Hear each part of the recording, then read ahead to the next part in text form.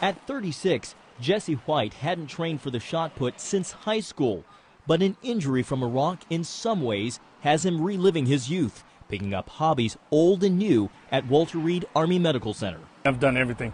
I've learned to play golf since I was here. I've never hit a golf ball in my life. Jesse's Iraq War memento may not be obvious. These 2 scars on his right ankle are courtesy of an encounter with multiple IEDs. In the middle of the evac, I was outside of my truck and they set off another one. After 2 reconstructive surgeries and months of recovery and physical therapy, Jesse decided to try out for the first ever Warrior Games, kind of like the Paralympics for wounded vets.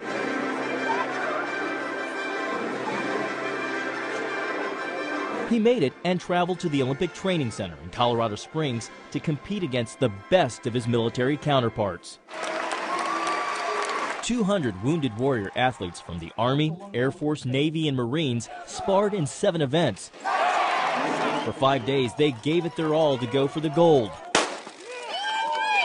Some disabilities were more apparent than others, but when the games began, the disabilities disappeared. Double amputees swam in heats against competitors who had all their limbs. On the volleyball court, players had to be seated no matter what their injuries. And the wheelchair basketball finals had as much heart and passion as you'd find in the pros.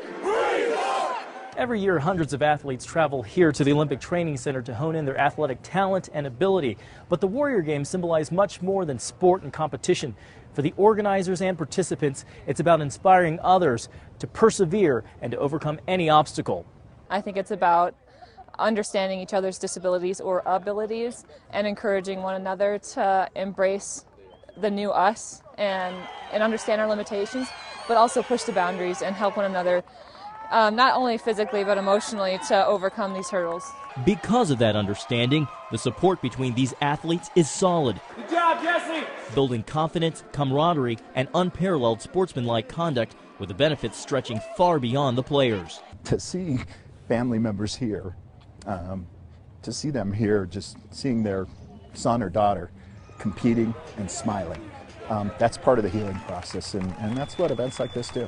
This Army mother came with family members across the country to cheer for her daughter. She feels so blessed and honored. I'm going to cry. It means a lot, you know. You just look around and you're so thankful that we have our arms and our legs. And Jesse's wife traveled from Maryland to watch him win silver in the shot put. You can't be anything but proud, not especially when you have a family member, but for anybody that's out here competing, you've got to feel something when you come out here. It's amazing. But for these men and women, the competition isn't just about winning or losing. It's about self-worth and a sense of pride. My life right now is in the hands of the doctors, whether I stay in the Army or not. And if this is the last thing I can do for the Army, then I feel pretty good about it. Jesse says the Warrior Games made him realize there are no limits. He says he's planning to share what he's learned with other wounded vets having a tough time with their injuries. It's not over. You know, you can do anything you want as long as you set your mind to it. Proving to the world they've not just learned to adapt, but to live life, excel, and inspire others along the journey. John Jessup, CBN News, Colorado Springs.